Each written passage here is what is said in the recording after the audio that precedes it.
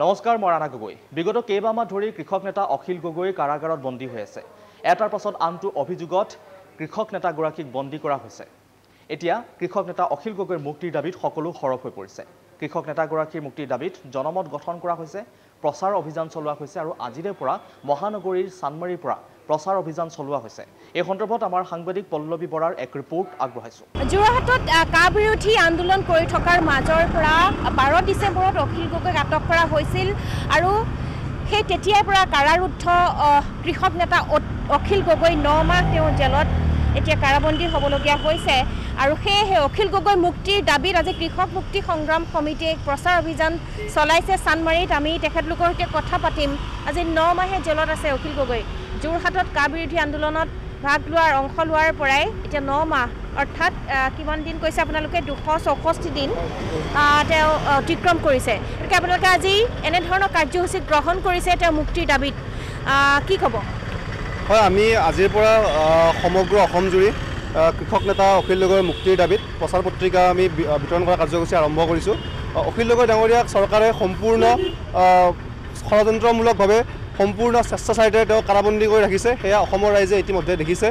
অখিল গগৈ ডাঙৰীয়াৰ লগত যি আন 3গৰাকী ব্যক্তিক ধৈৰ্য কোঁৱৰ, বিতু সোণোৱাল, মানস কৰক কাৰাবন্দী কৰি ৰাখিছিলে, তেওঁলোক ইতিমধ্যে দোষমুক্ত হৈ তেওঁলোকে ন্যায় পাবলৈ সক্ষম হৈছে। কিন্তু এই পৰ্যন্ত অখিল গগৈ ডাঙৰীয়াক চৰকাৰখনে এৰি দিয়া নাই। গতিকে অখিল গগৈ ডাঙৰীয়াক কিয় কাৰাগাৰত বন্দী কৰি ৰাখিছে বা কিয় তেওঁক এৰিব লাগে আৰু বিজেপি চৰকাৰখনে কিয় অখিল গগৈ ডাঙৰীয়াক ভয় কৰিছে, গতিকে সেই কথাখিনি আমি মানুহৰ মাজলৈ নিবৰ বাবে অসমৰ সৰ্বস্তৰৰ ৰাইজৰ ওচৰলৈ লৈ যাবলৈ অসমৰ গাঁৱে গাঁৱে, অসমৰ চহৰে, অসমৰ প্ৰতিটো চুবাই আমি এই প্ৰচাৰ পত্ৰিকা আমি লৈ যাম আৰু লৈ গৈ মানুহক বুজাম যে অখিল গগৈক কি কাৰণত এই বিজেপি চৰকাৰখনে ভয় খাই তেওঁক কাৰাবন্দী কৰি ৰাখিছে।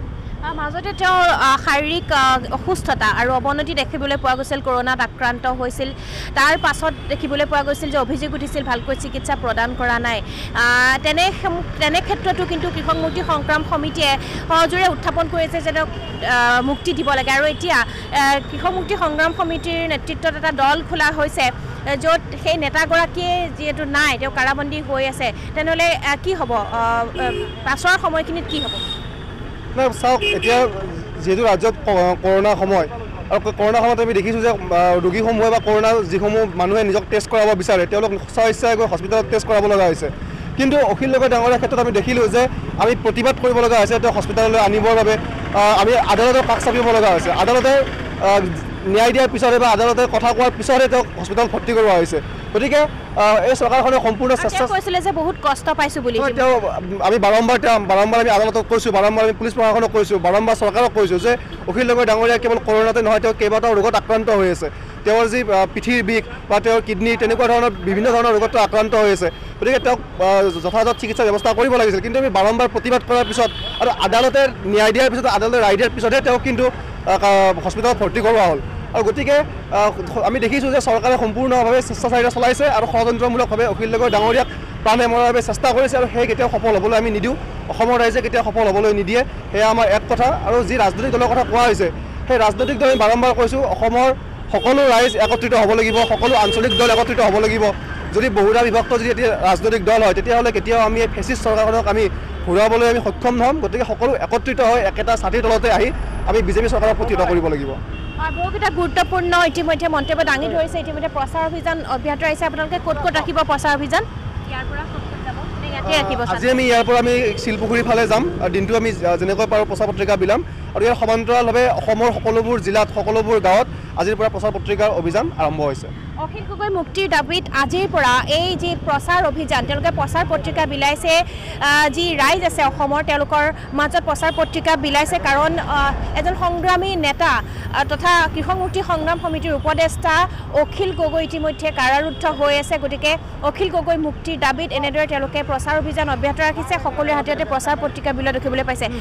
অখিল গগৈ মুক্তিৰ দাবীত আপোনালোকে আজি প্ৰচাৰ পত্ৰিকা বিলাইছে। আপোনালোক কিমান আশাবাদী চৰকাৰখনত? হয়, আমি চৰকাৰখনক বাৰে বাৰে সকি আছোঁ যে অখিল গগৈ ডাঙৰীয়াক তেওঁলোকে যি ষড়যন্ত্ৰমূলকভাৱে বৰ্তমানলৈকে কাৰাৰুদ্ধ কৰি ৰাখিছে আৰু জনতাই এটা কথা বুজি পাইছে যে অখিল গগৈৰ পৰা এটা চূড়ান্ত অন্যায় হৈছে।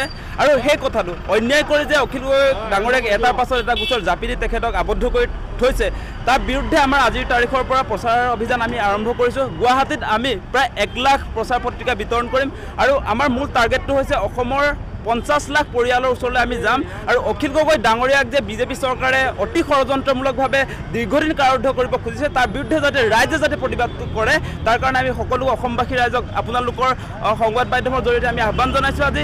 আৰু এটা কথা স্পষ্ট যে বিজেপি চৰকাৰ যিটো ষড়যন্ত্ৰ সেই ষড়যন্ত্ৰ 2021 উফৰি যাব এইটো স্পষ্ট কথা। তেওঁলোকে যিমানে চেষ্টা নকৰক কিয় কোনো কাৰণতে অখিল গগৈ জনতাৰ কণ্ঠ অখিল গগৈ ডাঙৰীয়াক তেওঁলোকে দীৰ্ঘদিন কাৰাৰুদ্ধ কেতিয়াও কৰিব নোৱাৰিব। এইটো অসমৰ ৰাইজৰ দাবী। আপোনালোকে দেখিছে অখিল গগৈৰ মুক্তিৰ দাবীত এতিয়া সমগ্ৰ অসমত ভাৰতত পৃথিৱীৰ বিভিন্ন প্ৰান্তত মুক্তিৰ দাবী উত্থাপন কৰিছে কিন্তু বিজেপি চৰকাৰে বুজি উঠা নাই। গতিকে আজিৰ তাৰিখত আমি বিজেপি চৰকাৰক আহ্বান জনাইছোঁ আপোনালোকে অতি শীঘ্ৰে অখিল গগৈ ডাঙৰীয়াৰ মুক্তিৰ ব্যৱস্থা কৰক অন্যথা অসমত অখিল গগৈৰ মুক্তিৰ বাবে ব্যাপক আন্দোলনৰ কাৰ্যসূচী আমি গ্ৰহণ কৰিম। ইতিমধ্যে মাতৃ অসুস্থ হৈ উঠিছে পুত্ৰৰ চিন্তাত আৰু মাতৃও কৈছে যে মুক্তি দিব লাগে তেওঁৰ পুত্ৰক তথাপিও কিন্তু চৰকাৰখনে শুনা নাই তাকে আচৰিত আমি অখিল গগৈ ডাঙৰীয়াক যে এনেকৈ ইমান মানে আক্ৰোশ চৰকাৰখনৰ তাকে আমি বুজি পোৱা নাই। আচলতে অখিল গগৈৰ বৃদ্ধা মাতৃ তেখেতে কেইবাবাৰো সংবাদ মাধ্যমৰ জৰিয়তে আহ্বান জনাইছে যে চৰকাৰখনে কিহৰ কাৰণে আচলতে তেখেতক এটাৰ পাছত এটা অন্যায়ভাৱে গোচৰ তৰি তেখেতক আবদ্ধ কৰি ৰাখিছে। সমগ্ৰ অসমৰ ৰাইজে প্ৰতিবাদ কৰাৰ পাছতো বিজেপি চৰকাৰখনে নুশুনাটো কিন্তু আজিৰ তাৰিখত আটাইতকৈ দুৰ্ভাগ্যজনক কথা। সমগ্ৰ অসমৰ মানুহে প্ৰতিবাদ কৰিছে যে অখিল গগৈক ভুৱা গোচৰত গ্ৰেপ্তাৰ কৰি ৰখা হৈছে তেখেতক যে মুক্তি দিয়া নাই। সমগ্ৰ অসমৰ ৰাইজে আহ্বান জনাইছে বিজেপি চৰকাৰক তথাপি মুক্তি দিব খোজা নাই। সেইটো আচলতে লাজ পাব লাগে তেওঁলোকে। আৰু এনেদৰে প্ৰচাৰ পত্ৰিকা বিলোৱা কাৰ্যসূচী আজিৰ পৰা আৰম্ভ হৈছে। আমি আপোনালোকক দেখুৱাইছোঁ চানমাৰীত প্ৰথমবাৰৰ কাৰণে এনেদৰে প্ৰথমেই তেওঁলোকে আৰম্ভ কৰিছে আৰু তেওঁলোকে শিলপুখুৰীলৈ আগবাঢ়ি যাব আৰু সমগ্ৰ ৰাজ্যত আজি এনেদৰে প্ৰতিখন জিলাত প্ৰচাৰ পত্ৰিকা বিলোৱা আমি দেখিবলৈ পাইছোঁ।